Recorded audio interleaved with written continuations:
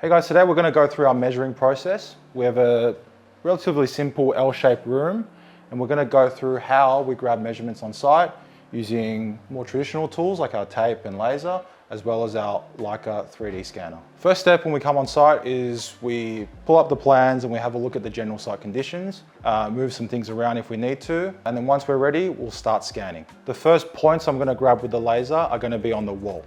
We're going to start from this point here, and we are just going to do a scan across, and we're going to do 100mm increments. Now the laser is going to start moving and it's going to start grabbing all these points. Now as we can see, the laser is going to encounter some obstacles very soon. So we are going to stop the scan when it is close to those obstacles. You can see it's approaching the black plastic now, and I'm just going to finish the scan there. Now we're going to increase the level of the laser and we are going to do another scan. But it's really just going to be a continuation of this current one.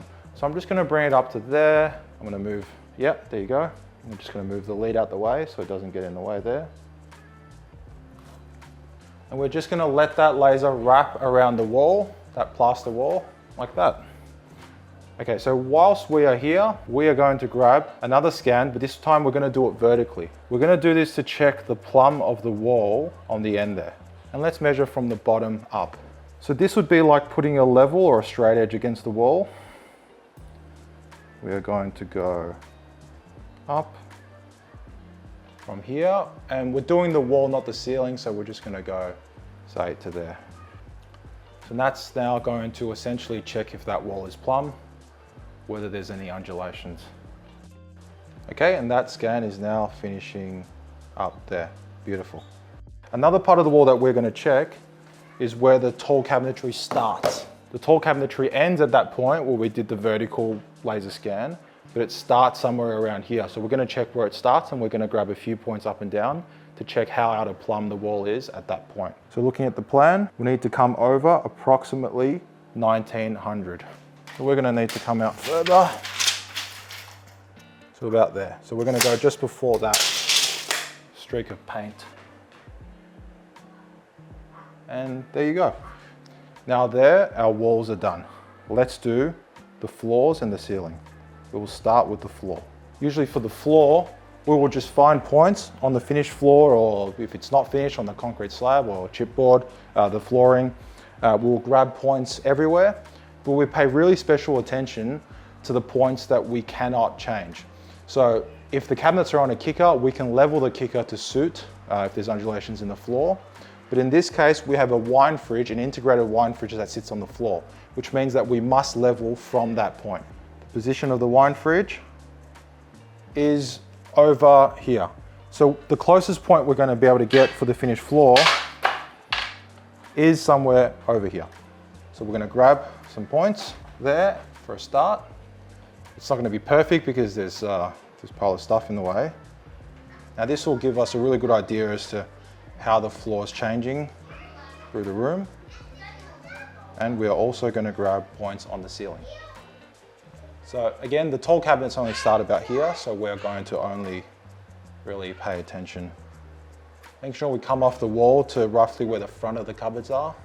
This whole process is really just about collecting the data on site. And where we do the hard work is when we get in the office and we can check all this. Okay, there's our ceiling. Now we can do the plumbing. So let's say there's a pipe there. I'm going to take a point on the top. I'm going to take a point on the bottom. Let's also grab the existing location of these mixers. Okay, that is our plumbing. We're also going to grab the electrical. Let's grab that point there. This way we can do the cutouts for our power points on the CNC as well, if there are any going in the back of the cupboard. Now we can see a rough idea of what we've scanned, all the different colors, all the different layers, and we're ready to take that into CAD. The last thing that we're going to do on site is we are going to take a 3D scan with our phone. The iPhones that have a depth sensing camera have a handy feature where you can use it to take scans of rooms, 3D objects, and use it and collect the depth information. And we use this app called Scaniverse. It's free, it's simple. We're going to create a new scan, mesh. We're going to go large object, and we are just going to start walking around this room slowly. And we are collecting data, trying to take our time, give the phone, the camera time to grab all this information. Making sure, obviously, this thing can't see behind things, so we need to walk around and make up for that. Coming out to here. I think that sliding door junction is probably going to be our endpoint. We're just going to do one last quick breeze through to make sure we haven't missed any of those candy cane spots that are of value to us. And I think we are done. We're going to end the scan, and we're not going to actually use, here's a tip if you're using this app, don't use the detailed one, because it's tempting because you think, oh, I want the most detail. But this one actually works best. So let that process. Okay, now we can click, let's save the raw data. We're going to click save, and watch this. We can now move around. We can zoom in. You can look at the ceiling.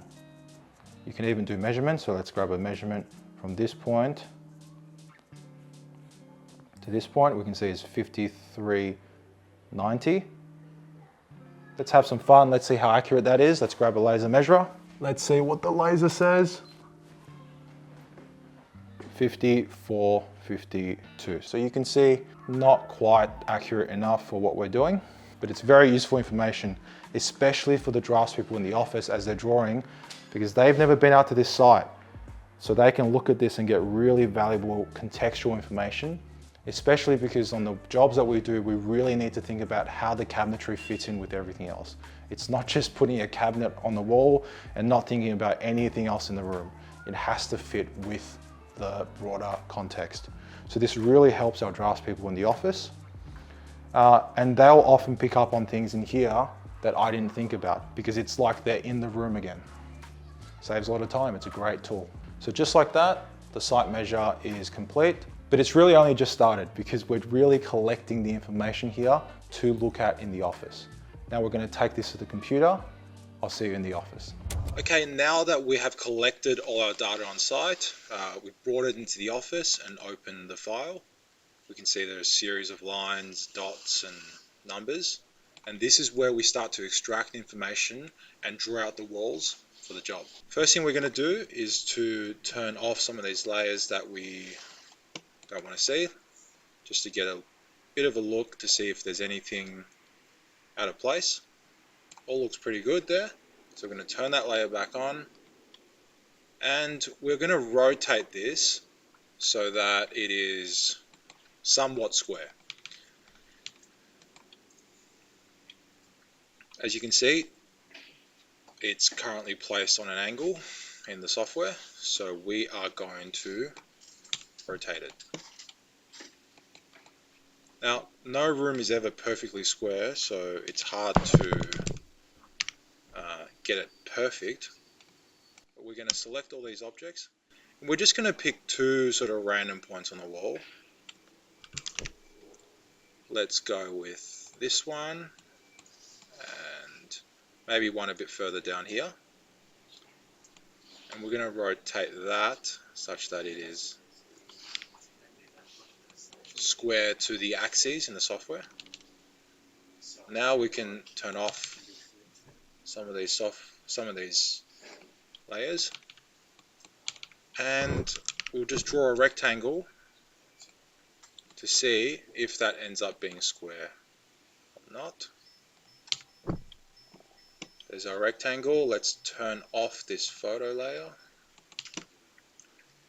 We can see that screwing it up that way, this wall has a 5.4mm gap there still. This side has a 9.8mm gap. So that means if it was more rotated either way, we would still be able to square. Along here looks pretty good. So I think what we'll do is just rotate it a little bit more on that axis. So let's move this out the way, and we're going to open all these back up, and we are going to select all these objects again. Doesn't really matter what the base point is. Reference. This time we're going to square it up to this wall.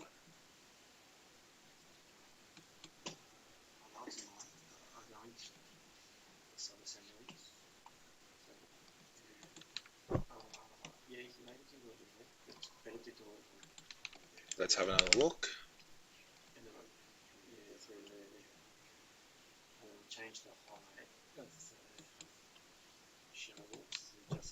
Turning off some of these layers so that we can see a bit better. I just do like minus 32 or whatever, because it splits whatever your thing is in half. So if you want it to come down, yeah, so I think if you do 34, oh, hang on, I think you need to, okay. Yeah, okay. Now we are open way too much there. We'll open about 17 mil there.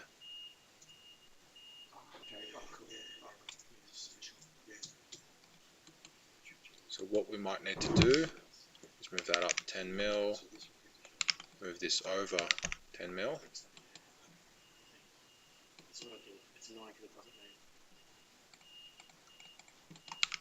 Move that back 5 mil.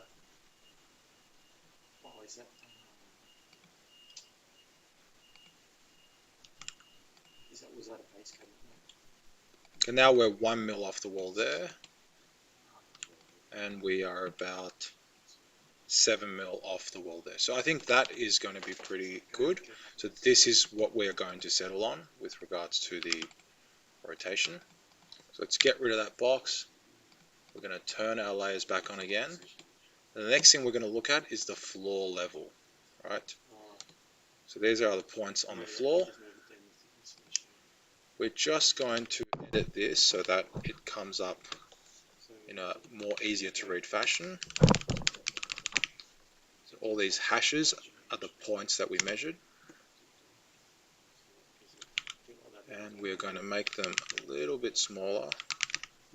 They're easier to visually see. And we are going to change some settings. Like that. There you go. Now we can clearly see the points that we've measured on the floor, and that is that yellow layer. So just by checking a few points, let's look at the extremity of this side of the room to say here. We can see that the floor dips about 8 mil in that run.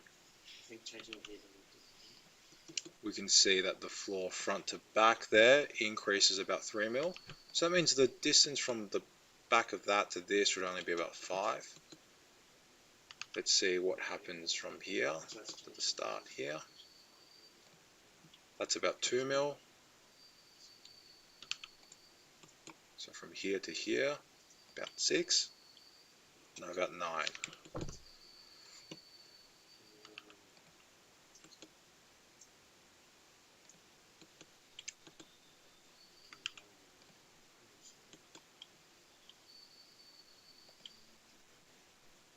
That goes down about 10. So we know that the high point of the room is going to be here. So on that floor layer, I'm just going to annotate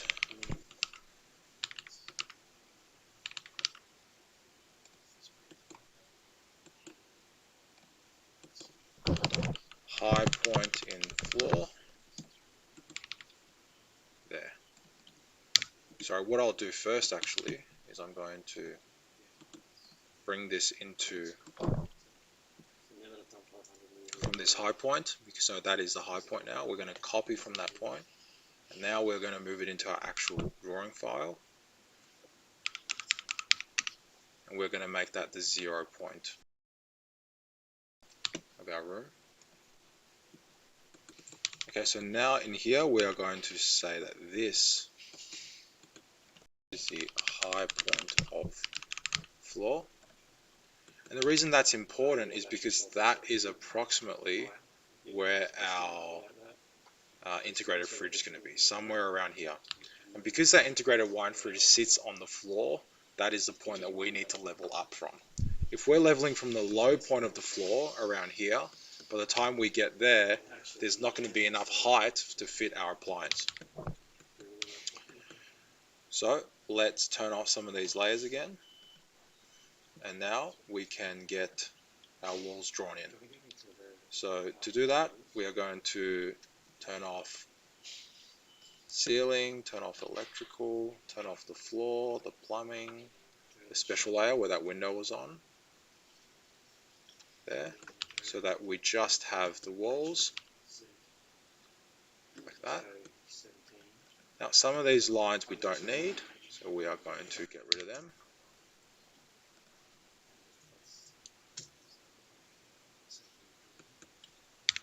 What was that one? So now we're going to go on our wall setup layer, and we are going to draw some lines to this on our wall layout. Let's just start here. I'm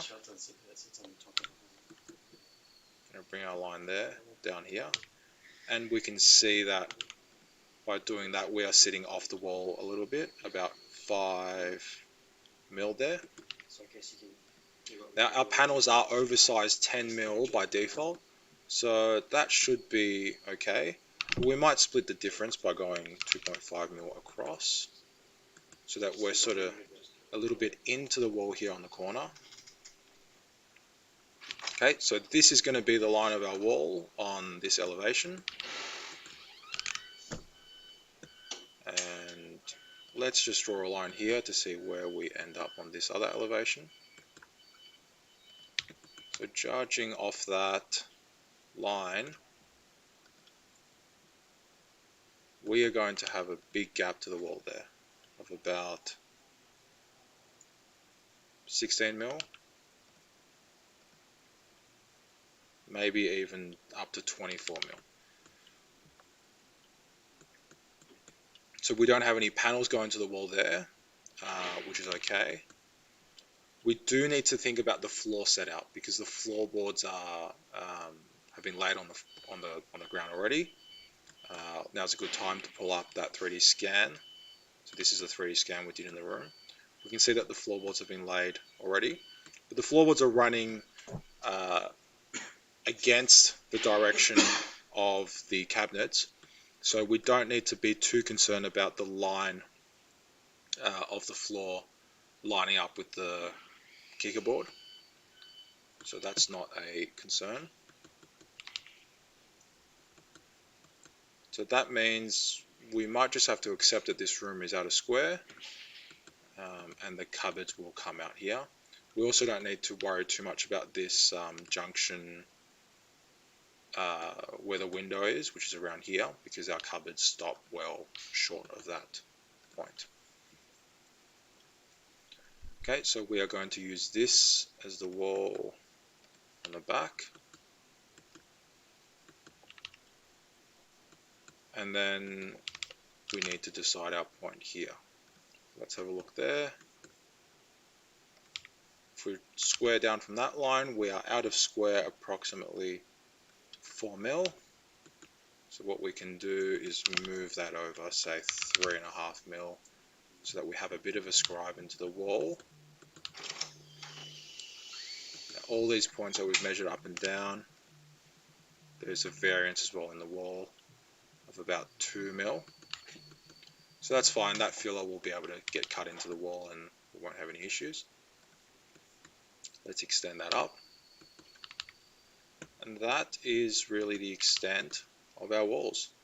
So we are going to turn off some of these other layers. There.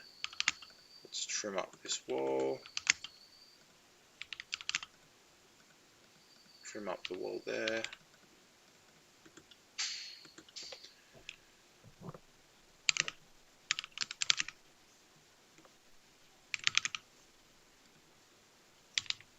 These didn't join up properly.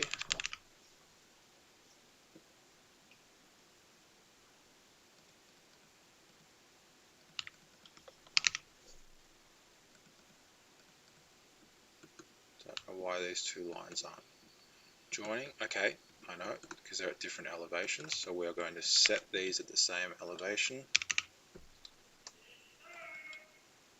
going to set this at the same elevation. Now they should be able to join. Okay, there we go. And like that, we have the extent of our walls. Let's turn back on this layer. Turn back on this layer. We can see the blue line is what we measured on site, here and here. We know that we are tight to our filler there. That's about the finished one of our cabinetry. So that's about 770 out. Our cabinet's finished at around 750. We know that the cabinet's going to be good at that point. We know at this point we are also going to be good. The end panel will need to be cut into the wall about 2 mil. And then we will know on this side that we will need to sit about, we're going into the wall about 3.5 mil. But because we leave a 10 mil void behind our cupboards as a standard, the cupboard will still be off the wall. Okay, this high point on the floor is on the wrong layer, so we're going to put that onto our floor there, so that when we turn on the floor layer, we know that this is the high point of the floor, and because of our integrated appliance, we're going to have to level the floor from that point. So now let's turn on some of these other layers. Let's look at here.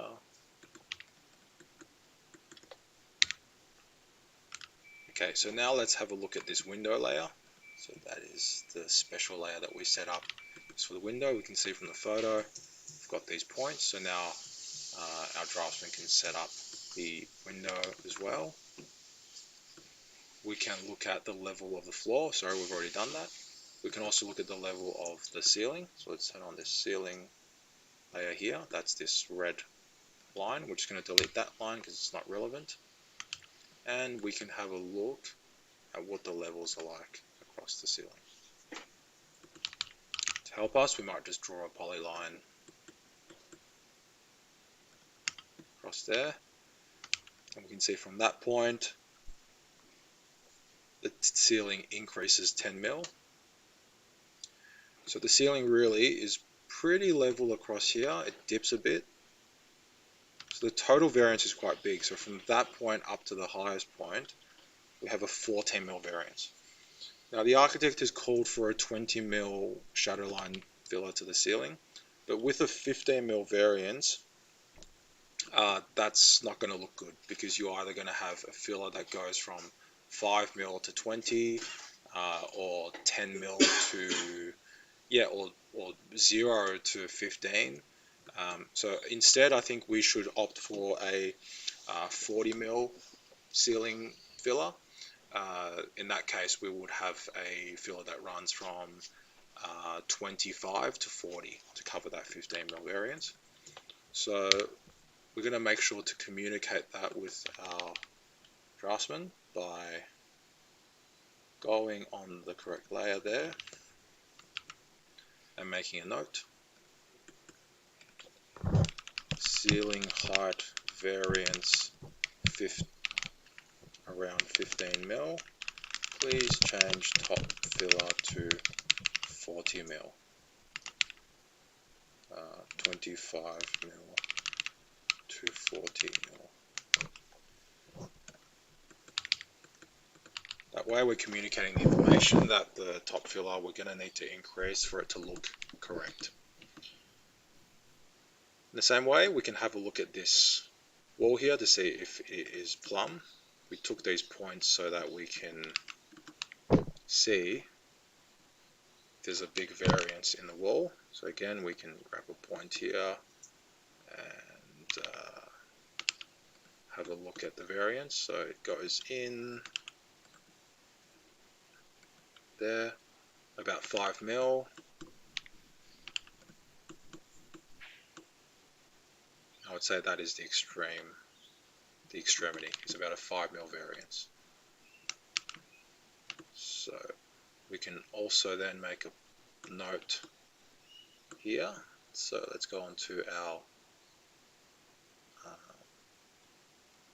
walls layer. Wall approx 5 mil out of bond. That way we'll know that this appliance panel will need to be oversized. Our default oversize is 10 mil, so that will cover that, no problem. And then from there, this room is more or less ready for our draftsman to begin their drawing. There's some other information on here that they will use to do cutouts and work out other things. We have electrical points from the photos. We have this window here, which can be taken into account. We have the plumbing information, and obviously the walls have been drawn out and the ceiling has been drawn out. They will also have access to this 3D scan, which means they can essentially hop back into the room and have a look at it, have a look at the context of these pipes and the window and aircon and all of those things. So like that, the site measure process is complete. And this room, we're just going to save it. We're going to turn back on the layers. Is now ready to go.